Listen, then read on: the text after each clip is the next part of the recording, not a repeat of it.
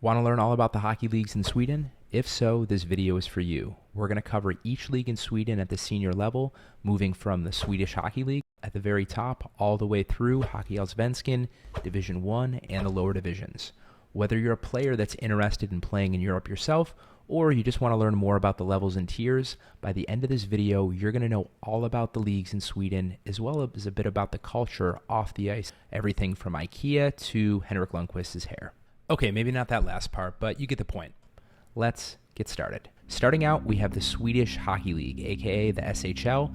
This is the premier hockey league in Sweden. The SHL was initially founded back in 1975, but hockey in Sweden dates back much further than that. The level of play in the SHL is quite high, so if you haven't had a few cups of coffee in the NHL or played at top levels in North America or Europe, it's going to be tough to crack a roster here. Outside of the NHL, the Swedish Hockey League is considered to be one of the premier hockey leagues in the world, right alongside the KHL in Russia, National League in Switzerland, and the American Hockey League in North America. Following the top league, we have HockeyAllsvenskan. Formerly just known as Allsvenskan, it's the second highest hockey league in Sweden. The league was founded back in 2005, and it's considered by many to be one of the stronger second leagues in the world for how skilled the league's players are. It's a great league with a lot of talent, and it's well attended by fans. Moving from HockeyAllsvenskan, we're going to move into the third hockey league in Sweden, and that is called HockeyEttan, and it's known to many as Sweden Division 1, and this is the third highest level of hockey in Sweden. But don't let the fact that it's the third hockey league in Sweden fool you. Not only do many talented up-and-coming Swedish players develop their game in this league, but it's also an attractive league for imports that are playing hockey in Europe. Sweden's known for its high standard of living, so playing hockey in Europe here in Sweden is a perfect setup for many. HockeyEttan is a large league with a vast number of teams that range from the south around Stockholm, which is Sweden's capital, all the way up to near the Arctic Circle.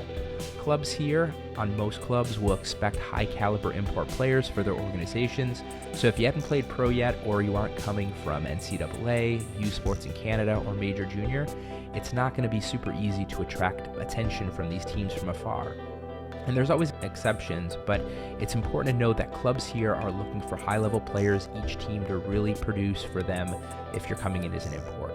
And before we continue on to the next league, it's important to take note of how passionate fans are across Sweden. Fans will chant, stand, sing for entire games resembling a football match, and it's just a beautiful sight to see. Did we mention Swedes are awesome? Moving down from HockeyEttan, you have what's called Sweden Division 2 hockey. This is the fourth highest level in Sweden, and it's commonly referred to, as I said, as Sweden Division 2. The level of hockey in Sweden is so high, many Sweden Div 2 hockey clubs could actually compete quite well with clubs that are in other countries where hockey isn't such a dominant sport.